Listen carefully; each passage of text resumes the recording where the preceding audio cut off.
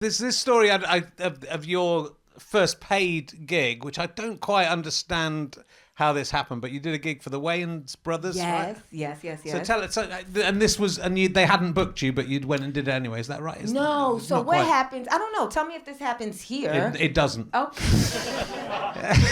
You'll have a friend on the show. This is not strict. This is not limited to comedy. This is any sort of performance. You have a friend on the show, and you want to be on the show, and your friend is like, "Well, I'm on the show. I'm going to try to get you on the show." And so my friend, who really believes in me, still to this day, he's like, he'll stop everything in his career if I'm like, I want to make a movie, he's like, let's figure it out, right? And that's a good person to have in your corner. So when I first started doing stand-up, he thought that I was very good, and he was on tour opening for the Wayans brothers. And he was like, come to the show.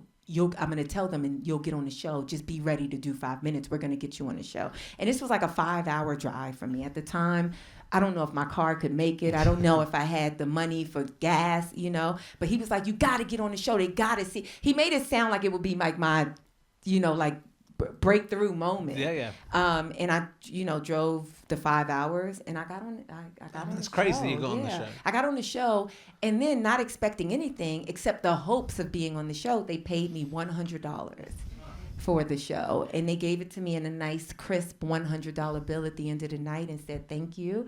And later on, I got them to sign it, because then I started to see them more. I became like another person in comedy. Yeah. And I got them to sign. But they paid me, and that was just icing on the cake. Yeah. And you've never spent the $100. You've still got the $100. I still have it. Yeah. I still have it. It means so much to me, and not monetarily. Yeah. Yeah, I have so much more than that in the bank. I remember thinking the first time I got paid for comedy, I did it was a student gig in a student common room at university, and we were doing a sketch group, and there were 5 of us, and we got paid £25, so we got £5 each. And I thought, I'm going to frame this £5 and keep it forever, but I couldn't afford to spend it. And I don't have £5 in the bank now. But that's comedy. Comedy is humbling. Yeah. You can play Madison Square Garden one day, and then the next day you can play in front of 5 people. Yeah. And on the Richard Herring podcast.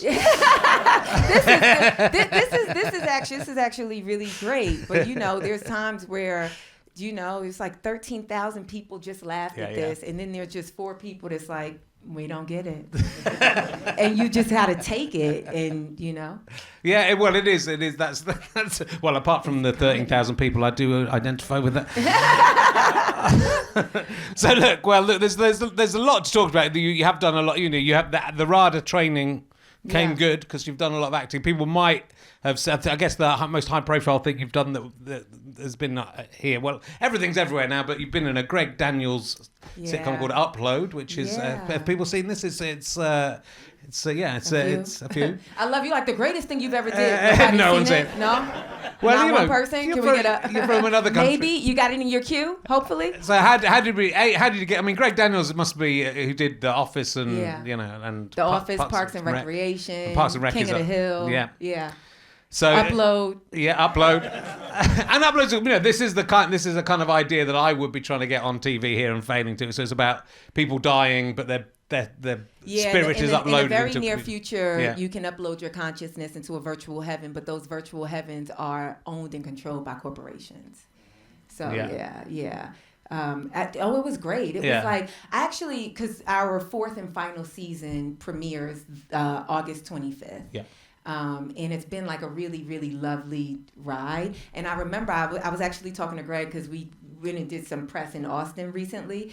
And I was like, do you remember the table read? And he was like, well, yeah, I remember it. What about it? And I was like, for some reason, at lunch, we did the table read on Paramount Studios lots, and they treated us to like a really grand lunch. And I sat at Greg's table. I don't know how, but I was at Greg's table. And I was like, do you remember I just kept talking to you about The Office? And he was like, yeah, you kept going on. And I was like, oh, God, that must have been so embarrassing. And he was like, I mean, you went on. I auditioned for it. We have something in the States called pilot season. And that's when a lot of pilots, do you guys know what that is? Or can I just shut up? You know what it is? Okay. So during pilot season, is somebody going to be listening to this? Like, I don't know. They can Google it. Just pause it, Google it. Yeah. So during pilot season, I was actually up for another pilot that I thought was going to be like a big deal. And I kept going in and testing for that. It was a Paul Feig, who is another huge. Wow. And so I went in with a session with Paul Feig. I mean, this is the one I wanted. And I got that call after a couple of tries. Like, they loved you, but they went in another direction. And then I wanted to kill myself. And not really, but a little bit. And then my agents called and said, hey, dude, we got this last minute audition for you to come in. It's Greg Daniels. But I didn't give a shit. Because I was already devastated and I was living in that devastation. And so I didn't care. And so I went in that audition not giving a crap. And I was just like, well, I don't even know if I read the sides before that moment. Right, okay. And I just went in being my natural self, which services me well most times to just not give a fuck. I'm sorry, is this, who listens? You can swear, yeah. Okay. Yeah. I mean, look, every time I tiny do it, children they are listening, but you can so I went in and it was a very, there was like 10 pages of sides. And I didn't think anything of it. The casting director, she was lovely. She was like, I'm not even going to turn the camera on. Let's just play. And then I did it, and she was like, oh, okay, let's turn the camera on. And when I walked in, she was like, I love your stand-up so much. And that sort of disarmed me. And when I got home, I didn't even think about it. I had this hairstyle that I wanted to get rid of.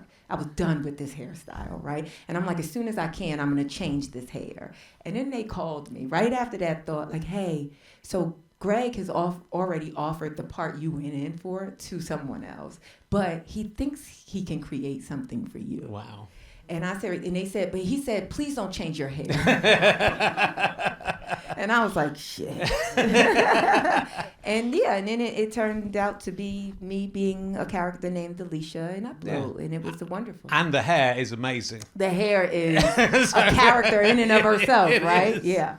So yeah, and it's an interesting idea. Would you like to live forever inside a? No, this is we get that question. This is the number one asked question. Yeah, of course. I would not want to upload. My character actually loses someone's hard drive, like consciousness on a hard drive. And so because I know how possible it is, because I played it, I'm fine with I'm going to just try heaven. You know what I'm saying? I'm going to just try. Because here's the thing. If heaven doesn't really exist, who knows, right? Yeah. But there's probably some way, like we probably all exist on a cloud anyway at this point, right? And so you guys will get me back. If you really want me, somebody will re-download or download or upload or download, So, yeah. I mean, living forever. I mean, but that's what heaven is, though, isn't it? So heaven's you can't opt out of heaven. At least you could, the but computers eventually. Heaven is free. Oh yeah, I mean, I don't think there's adverts and corporations running heaven yet. Maybe not yet. But this uploads heaven. You got to pay. You got to pay for all the good stuff. So eventually, the money's going to run out. In a few hundred years, no one's going to care. I mean, I think it's the same. I think it's like it doesn't. It's like even in our, infinity existence, it's like it's only good if you're rich. Yeah. It's terrible if you're poor. Yeah. So I mean, I do plan to be rich. Yeah. But the money's going to in infinity time. Even if you've got billions of pounds, that doesn't last infinity. Yeah. And if there is a heaven, there's no escape from heaven, is there? You can't go to God now, just wipe me. I don't want to live. I don't want to exist forever. I want to be white. I eventually want to be. So even you only want heaven for a little while. Yeah, if I go to heaven, it's good. I go great, but I've had enough now. Yeah. Also, my favourite thing about being alive was having a body, and you seem to have taken that away from me. Okay. That was the only good bit. In fact, my soul is my least favourite part of me. I want to eat stuff. This is what I love about comedians. It's like I'm gonna talk to God and be like, I'm done with this. So.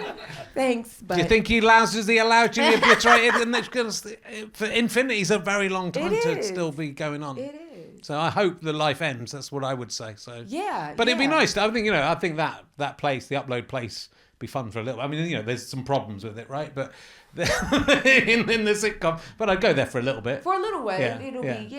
Especially if you get to fall in love with a human Well, in yeah. real life, they're still like, right? You get to wear a hug suit. These are all things that happen in the show, which y'all. It's a high concept show. The thing is, there's so many shows now, and I think that's the thing. It's so hard for things to break through. I mean, obviously, it's still a very successful show, but people are, that's what I found. You suddenly find a new show. I've literally only found this show because I was, because thank you. And I'm a fan of Greg, so what's crazy? This is a show that Greg has had for over 20 years. The show was originally over 10 or 15 years ago, which is now I think a lot of things are easy for us to conceptualize because we have smartphones, we deal with technology. I live in California, so I'm in self-driving cars all the time.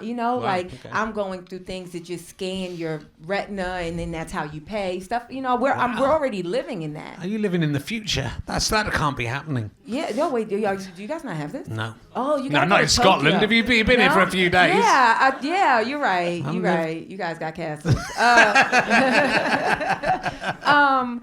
But when he first thought of it, this was very, like before DVDs and Blu-ray did, and it was at HBO. Right. And I don't know, maybe it was too high concept of an idea for them, but it sat there for a while, and then it was able to find new life 15 years later with Amazon. Yeah. So it's like, don't give up on your don't give up on your dreams. But also the great thing is these things are that everything's there and can get discovered. Yeah. And, so it is there's too much stuff. Yeah, there's a lot of stuff. And none of it is written by me. So I'm very annoyed.